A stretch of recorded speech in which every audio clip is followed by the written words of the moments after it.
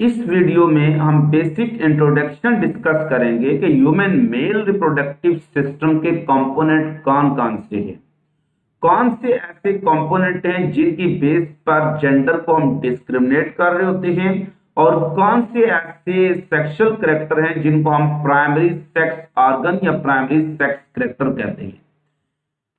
तो सबसे पहले component of male reproductive system. तो मेल रिप्रोडक्टिव सिस्टम जो है इसके दो बड़े कंपोनेंट हैं।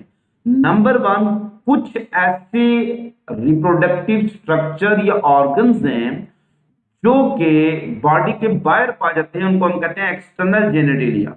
जेनिटल हम कहते हैं रिप्रोडक्टिव स्ट्रक्चर्स को, रिप्रोडक्टिव ऑर्गन रिप्रोडक्टिव स्ट्रक्चर को हम जेनिटल कहते हैं।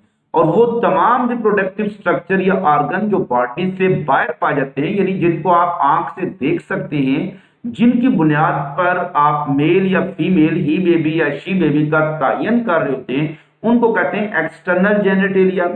और इसके अलावा जो मेल रिप्रोडक्टिव जो सिस्टम है उसके साथ कुछ ग्लैंड्स लिंक होती हैं।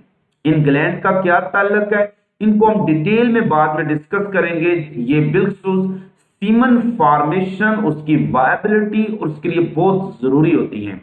तो इनको कहते हैं एसोसिएटेड ग्लैंड या लिंक्ड ग्लैंड। ये हमारी बॉडी के इनसाइड होती हैं और ये एक्सटर्नल नहीं होती है। एक्सटर्नल जेनिटलिया में क्या शामिल है? नंबर वन, मेल गोनेड्स या टेस्टिस शामिल होते हैं। ए पेयर ऑफ टेस्टिस होता है जो हमारी बॉडी के बाहर मौजूद होता है, जिसको हम बाद में डिटेल में डिस्कस करेंगे कि टेस्टिस बॉडी के बाहर क्यों होते हैं, टेस्टिस की स्ट्रक्चर क्या है और इनके अंदर कौन कौन सी डक्ट सिस्टम मौजूद हैं और टेस्टिस का काम क्या है। उसके बाद जो दूसरा बड़ा पार्ट है एक्सटर्नल जेनिटल्स का, वो है पीनस। पीनस को हम कॉपुलेटरी ऑर्गन भी कहते हैं। और कॉपुलेशन क्या होती है? ये एक प्रोसेस है जिसके जरिए सीमन या स्पर्म को फीमेल बॉडी में शिफ्ट किया जाता है। स्पर्म या सीमन को फीमेल रिप्रोडक्टिव ट्रैक्ट यानी वेजिनल कैनाल में जब शिफ्ट करते हैं तो इस प्रोसेस को कहते हैं कॉपुलेशन। तो कॉपुलेशन करने वाले ऑर्गन को कहते हैं कॉपुलेटरी ऑर्गन। और इंसान के अंदर बिल्कुल ज्यादातर मैमल्स के अंदर इस कॉपुलेटरी ऑर्गन का नाम पीनस होता है। तो penis is the copulatory organ that is used to transfer semen into the female vaginal canal और it is necessary for internal fertilization। अब आप देखें कि जब हमने एक्सटर्नल और इंटरनल फर्टिलाइजेशन का डिफरेंस पढ़ा था तो मैंने बताया था कि जो फ्रॉग्स हैं, एम्फीबियंस हैं, ये बेशक खुशकी में तो आने में कामयाब हो गए, लेकिन इनके पास कॉपुलेटरी ऑर्गन नहीं बन पाया। तो कॉपुलेटरी ऑर्गन ना बनाने की वजह से इनमें इंटरनल फर्टिलाइजेशन इवॉल्व नहीं हो पाई। तो इस वजह से उनको वापस पानी में जाना पड़ा फॉर एक्सटर्नल फर्टिलाइजेशन, क्योंकि एक्सटर्नल फर्टिलाइजेशन सिर्फ पानी में हो सकती है। Reptile was the first animal जिन्होंने फर्स्ट टाइम कॉपुलेटरी ऑर्गन या पीनस बनाया। सो अगर क्वेश्चन आ जाए कि which one of the following is the prior requirement for internal fertilisation, तो वो है कॉपुलेटरी ऑर्गन। तो which one the following animal firstly develop copulatory organ, तो वो है रेप्टाइल। फिर बर्ड्स में भी होता है और मैमल्स में भी होता है। और मैमल्स में बिल्कुल इसके लिए वर्ड हम पीनस इस्तेमाल कर रहे होते हैं। ये थी हमारे पास मेल रिप्रोडक्टिव सिस्टम के जो बेसिक पार्ट हैं। इनमें जो एक्सटर्नल जेनिटल्स होते हैं बिल्कुल, इनको हम प्राइमरी सेक्स कैरेक्टर भी कह रहे होते हैं। ये वो कैरेक्टर हैं जो बिफोर बर्थ डेवलप हो जाते हैं, क्योंकि अगर कोई इंसान, जब इंसान की पैदाइश हो रही होती है तो उसने मदर से एक्स क्रोमोसोम लिया और फादर से वाई क्रोमोसोम लिया स्पर्म के थ्रू। तो अगर मां के पेट में जो जायगोट है उसके पास एक्स वाई क्रोमोसोम है, वाई क्रोमोसोम के ऊपर एक होती है gene that is called SRY gene. ये जीन 6 वीक ऑफ प्रेगनेंसी में एक्सप्रेस होती है और ये एक्सप्रेस आने के बाद एक प्रोटीन बनाती है that is called MDF, male determining factor, या जिसको एसडीएफ, सेक्स डिटर्मिनिंग फैक्टर भी कहते हैं। ये मेल डिटर्मिनिंग फैक्टर एक्चुअली एक स्ट्रक्चर बनाती है that is called sex cord. These are actually some cluster of seminiferous tubules होती हैं। इन सेमिनिफेरस ट्यूब्यूल के इन बिटवीन बनते हैं इंटरस्टिशियल सेल।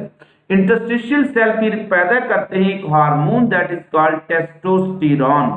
और ये टेस्टोस्टेरोन बिफोर बर्थ ही पैदा होना शुरू हो जाती है और फिर ये टेस्टिकुलर डेवलपमेंट करती है और पेनाइल डेवलपमेंट करती है। तो टेस्टिस और पेनिस मां के पेट में 6 वीक ऑफ प्रेगनेंसी के बाद बनना शुरू हो जाते हैं और जब बेबी की फुली डेवलपमेंट हो जाती है तो टेस्टिस बॉडी के बाहर डिस्टेंड होते हैं इन स्क्रोटम। तो बाज औकात ऐसा होता है कि ये टेस्टिस पेट के अंदर ही रह जाते हैं और बाज औकात पेनिस भी पेट के अंदर जाता है, वो डिस्टेंड नहीं हो पाता। तो दोनों जो प्राइमरी सेक्स कैरेक्टर हैं वो बॉडी के अंदर ही रह जाते हैं। तो बजाय दिखने में वो बेबी शी बेबी यानी लड़की लग रहा होता है, लेकिन वो इसी तरह से अपनी जिंदगी गुजारता है। तो चूंकि ये प्राइमरी सेक्स कैरेक्टर की ग्रोथ होती रहती है तो जिंदगी के किसी भी लम्हे में बिल्कुल जैसे जैसे वो जवानी की तरफ जा रहा है तो उसमें जब बहुत ज्यादा टेस्टिकुलर और पेनाइल डेवलपमेंट हो जाएगी तो उसके पेट में उसको दर्द फील होता है। तो वो डॉक्टर के पास जाते हैं और डॉक्टर ऑपरेट करके उसके पेनस और टेस्टिकुलर को बाहर निकाल देता है, जिससे वो हम देख रहे होते हैं अक्सर कि वो लड़का ऑपरेशन के बाद जो लड़की ऑपरेशन के बाद लड़का बन गई, वो एक्चुअली लड़की होती नहीं है। एक्चुअली चूंकि उसके जो ये प्राइमरी सेक्स कैरेक्टर हैं वो पेट के से बाहर नहीं निकल पाए, वो एक्सटर्नल जेनिटल नहीं बन पाए, वो पेट के अंदर ही रह गई। तो वो मिसकंसेप्शन एक तरह की हुई है कि वो लड़की है। बाद में जब उसके वो प्राइमरी सेक्स कैरेक्टर बाहर आ जाएंगे तो वो लड़का कंसिडर होगा। ये बहुत से ऐसे मेडिकली पेचीदा मामलात होते हैं जिसके समझने के लिए जरूरी है कि आप साइंस पर थोड़ी सी तवज्जो दें। आगे हम डिटेल डिस्कस करेंगे। नेक्स्ट हम पीनस की स्ट्रक्चर को, पीनस की स्ट्रक्चर कैसे होती है, किस तरह से ये पहले सॉफ्ट ऑर्गन होता है और बाद में ये हार्ड कैसे बन जाता है, इसकी इरेक्शन होती कैसे है, इसकी स्ट्रक्चर क्या है और इससे रिलेटेड जो भी टर्मिनोलॉजी है। फिर हम टेस्टिस पर डिटेल गुफ्तगू करेंगे। खुश रहिएगा, खुश रखिएगा, दुआ में याद रखिए।